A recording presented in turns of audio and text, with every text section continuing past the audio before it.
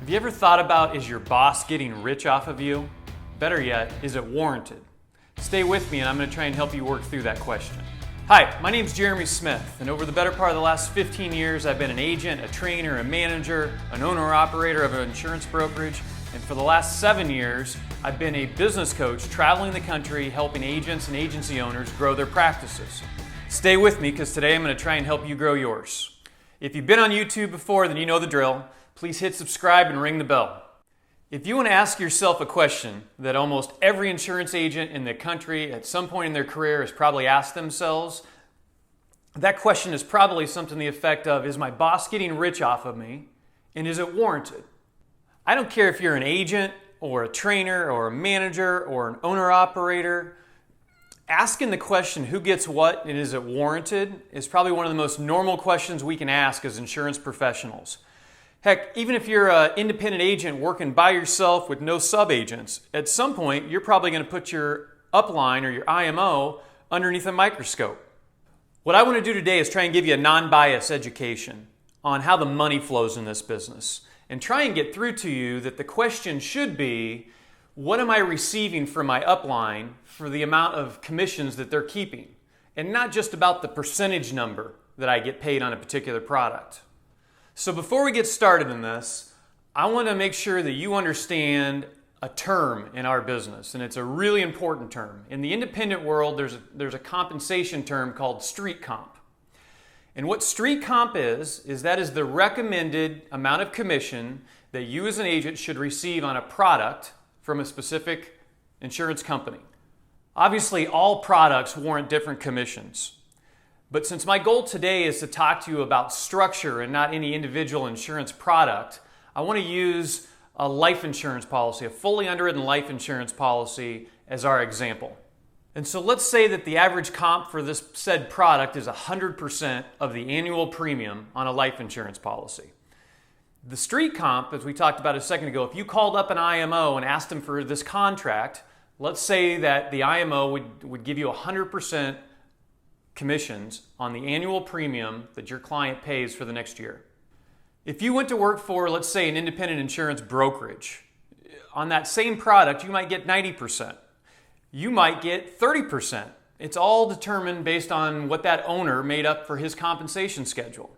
At the end of the day, a short-minded person might just take that number and conclude whether they have a good or a bad deal. In my opinion, though, there is a very important factor that should also go into this equation of figuring out whether it's a good deal or not, and that is value. What are you getting from this upline? So let's use an example for a second. Let's use Johnny and Bobby here as our example, okay? And Johnny and Bobby, they've both been in the business for a year and a half. They both are just at that point where they're starting to get their swagger and make consistent sales on a weekly basis, okay? So they're the exact same in that. But what they receive from their upline is a little different. So in my little example here, Johnny, he goes to work every day on a real nice office, paid for, all utilities, everything by his upline. He's got consistent training, consistent support, all the love that a management team can give him. He's got a documented marketing system that allows him to get in front of prospects on a consistent basis every single week. He also has a culture that he gets to come to every day. This is a big one, really important, that he comes to every day that he loves to come to. It makes him excited to get out of bed in the morning. And on average, he makes about 45% of the street comp, or the compensation that an independent that went directly on their own to an IMO might get. Bobby, on the other hand, works from home and he purchases leads from his upline. That's about all the support he really gets from them. Maybe a little bit of training, let's say. But he makes 90%. Who's got the better deal here, Johnny or Bobby? Well, the answer to that question is going to vary from person to person. I certainly can't give it to you. You need to ask yourself, what am I getting from this upline and is it important to me? Okay? You might be somebody that needs an office space to go to.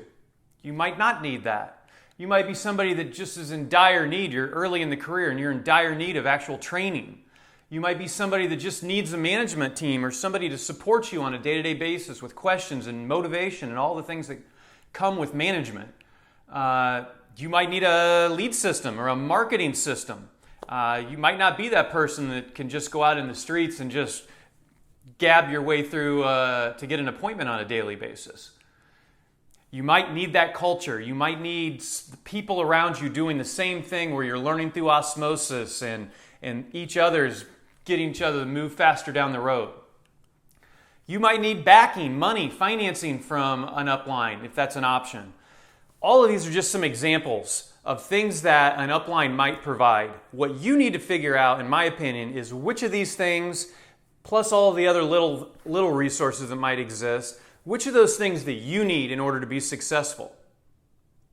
And if you do that and can figure out what those things are, then you can start to put a valuation on each one of those items and figure out whether or not that equates to how much money you're kicking up to your upline. So obviously, the big question you got to ask yourself is, am I making money?